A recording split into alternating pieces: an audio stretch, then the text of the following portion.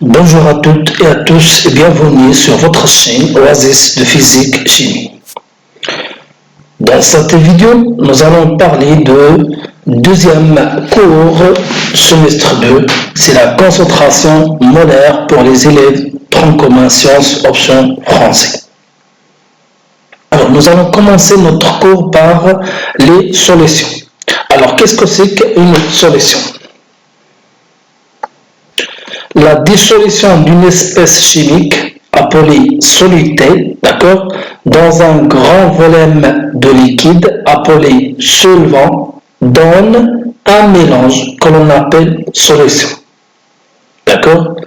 Donc voilà la solution, c'est le mélange entre le soluté et le solvant. Donc par exemple, lorsque vous voulez préparer un verre de café, donc, vous avez besoin de quoi? Vous avez besoin du sucre et de l'eau. D'accord? Alors, dans ce cas, l'eau, c'est le solvant et le sucre, c'est le soluté. D'accord? Pour préparer le café. Le soluté peut être solide, liquide ou gazeux. Ça veut dire l'un des trois états. D'accord? Mais sera toujours en petite quantité par rapport au solvant. C'est clair? Par exemple, lorsque vous voulez préparer un café, vous avez besoin de beaucoup de l'eau, mais un peu de café. Une solution peut contenir soit des molécules, soit des ions, soit les deux. C'est clair? Lorsque le solvant est l'eau, on parle de solution aqueuse. D'accord? Lorsque votre solvant c'est l'eau, donc vous allez parler tout simplement de solution aqueuse. D'accord? Une solution est homogène si elle a le même aspect partout. Qu'est-ce que ça veut dire homogène? Ça veut dire qu'elle a dans tous les points la même masse volumique. D'accord? Une solution dans laquelle tout le solide introduit n'est pas dissous est une solution saturée. Qu'est-ce que ça veut dire saturée? Ça veut dire que vous ne pouvez pas ajouter d'autres quantités de soluté. D'accord? Alors, on prend l'exemple de l'eau salée. Alors, comme vous savez, l'eau salée contient des ions de sodium, Na+, et les ions de chlorure, Cl-, dispersés parmi des molécules d'eau. D'accord? Donc, dans ce cas, le soluté, c'est quoi? C'est le chlorure de sodium, NaCl. C'est clair? Solide. Et le solvant, bien sûr, c'est l'eau. Donc, on obtient quoi? On obtient une solution aqueuse de chlorure de sodium. Pourquoi solution aqueuse? Parce qu'il y a l'eau. Ça veut dire le solvant et l'eau. Donc, on parle de solution aqueuse. D'accord? Deuxième exemple, l'eau sucrée contient des molécules de saccharose, d'accord, dispersées parmi des molécules d'eau. D'accord? Donc, saccharose. Donc, saccharose, c'est le soluté et l'eau, c'est le solvant. Alors, maintenant, on va voir la concentration. Alors, qu'est-ce que c'est que la concentration molaire? La concentration molaire d'une espèce chimique en solution est égale à la quantité de matière de cette espèce présente dans un litre de solution. D'accord? La concentration molaire d'une espèce chimique X, quelconque, d'accord, se note sous cette forme. C'est clair? Ou bien C.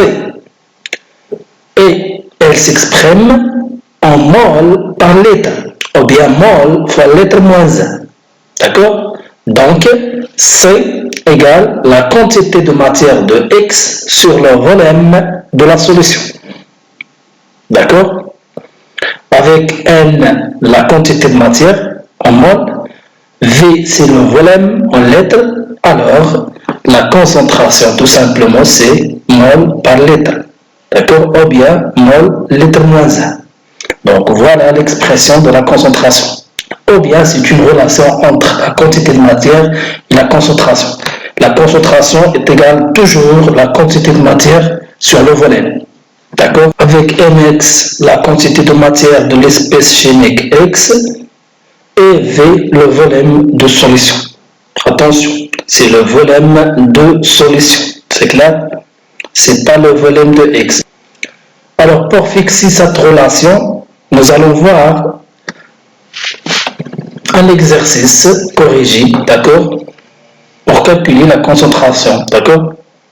On prépare une solution de glucose C6H12O6 en dissolvant une masse M égale 5,4 g de glucose dans 50 ml d'eau. La question, calculer la concentration molaire en glucose de la solution.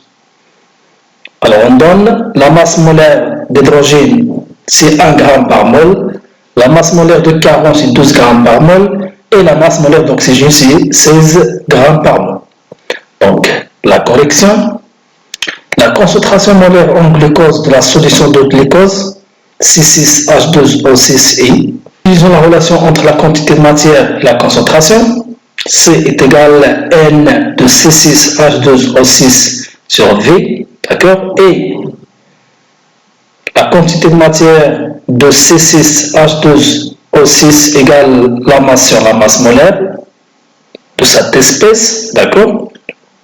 Donc, on remplace N par son expression dans l'expression de la concentration. Alors, on trouve tout simplement C égale la masse sur la masse molaire de C6H12O6 fois 1 sur le volume. D'accord? Alors, pour faire le calcul numérique, alors il y a dans les données le volume de la solution, c'est 50 mm, est égal à 0,05 litres, et M égale 5,4 g.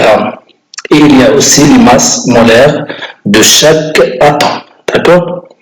Donc, tout d'abord, on doit calculer la masse molaire de C6H12O6.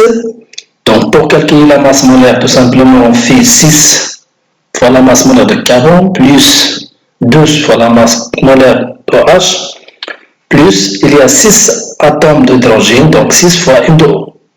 Et on fait le calcul, on trouve tout simplement, on remplace la masse de carbone par 12, la masse d'hydrogène par 1 et la masse d'oxygène par 6. On trouve 180 g par mol.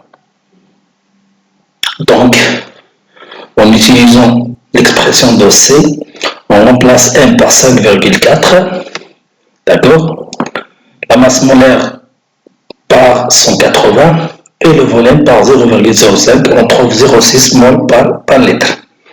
Voilà, on a trouvé la concentration de C6H12O6. Alors maintenant, on va voir la dilution d'une solution. Alors, qu'est-ce que ça veut dire diluer? Alors, diluer une solution, c'est en ajoutant des solvants constituer une nouvelle solution moins concentrée que la solution initiale. Lors d'une dilution, la concentration molaire du solide diminue. D'accord? Mais sa quantité de matière ne change pas. Donc, l'objectif de la dilution, c'est de diminuer la concentration tout simplement. D'accord? La relation de dilution d'une solution. Alors, un flacon contient un volume initial V initial d'une solution aqueuse SE de concentration CE. Pour diluer la solution, il suffit d'ajouter progressivement de l'eau distillée jusqu'à l'obtention d'un volume final égal à VF. La solution finale SF a une concentration CF qui est inférieure à la concentration C initiale. D'accord? Et on considère que VE, c'est le volume d'eau ajouté. D'accord? La quantité de matière NI de soluté prélevée dans la solution mère SI est égale CI fois VI. D'accord? La quantité de matière est égale à la concentration fois le volume, toujours. Il faut faire attention, parce qu'on a vu que la concentration est égale quoi? Elle est égale à la quantité de matière sur le volume. Alors, la quantité de matière est égale à la concentration fois le volume. Et la quantité de matière N finale de soluté se trouvant dans la solution phi SF, donc N phi égale C phi fois V phi. D'accord? Avec le volume de la solution phi, ou bien le volume final, égale le volume initial plus le volume de l'eau. D'accord? Lors d'une dilution, le volume augmente, mais la quantité de matière de soluté est toujours la même. D'accord? Ça veut dire la quantité de matière, on ne change pas, mais la concentration diminue. D'accord? Donc on peut écrire N initial égale N final. Alors, C initial, V initial est égal C final fois V final. D'accord? Donc voilà la relation de dilution. Alors maintenant, on va chercher le facteur de dilution. Alors comment calculer le facteur de dilution? Le facteur R égale C initial sur C final est appelé facteur de dilution. C'est très simple. Donc pour calculer le facteur de dilution, tout simplement, vous allez écrire tout simplement la concentration initiale sur la concentration finale. D'accord? Alors exemple, si tu déposes d'une solution mère à 1 mol par litre, et que tu veux obtenir une solution phi à 0,1 mol par litre, alors ton facteur de dilution sera tout simplement R égale la concentration initiale c'est 1 sur la concentration finale c'est 0,1. Donc est égal tout simplement 10. Donc tu auras dilué 10 fois ta solution mère. D'accord? Donc vous allez diluer 10 fois. D'accord? Donc voilà, le facteur c'est 10. Alors maintenant, pour terminer la leçon et pour fixer les idées, on va faire un exercice. C'est la préparation d'une solution par dilution. D'accord? On prélève un volume V0 égale 20 ml d'une solution à cause de sulfate de cuivre 2 de concentration C0,5-2 mol par litre. Ce volume est introduit dans un fioul rouge. On complète avec de l'eau distillée jusqu'au trait de jauge, puis on homogénise. D'accord? La question, quelle est la concentration de la solution phi, c'est-à-dire la concentration finale, quel est le facteur de dilution F effectué? D'accord?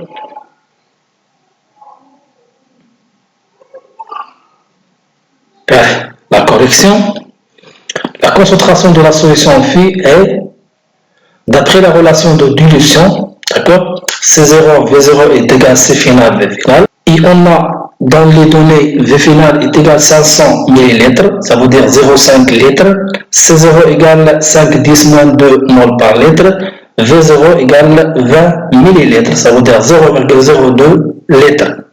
Alors, C final égale C0, V0 sur V final, voilà, est égal à 0,2 fois 10-2 mol par litre. Vous pouvez utiliser la calculatrice. Deuxième question, le facteur de dilution F effectué. Et on sait bien que le facteur de dilution est égal à la concentration initiale sur la concentration finale. C'est égal à C0 sur C final. Donc on a dans les données la concentration initiale, c'est 5,10-2 et on a trouvé la concentration finale, 0,2-2, donc on trouve 25. Voilà, donc la solution mère diluée 25 fois. Et voilà, c'est la fin de cette vidéo et de la leçon de la concentration. Merci de votre attention et je vous souhaite bon courage, bonne continuation et plein de succès. Salam alaikum.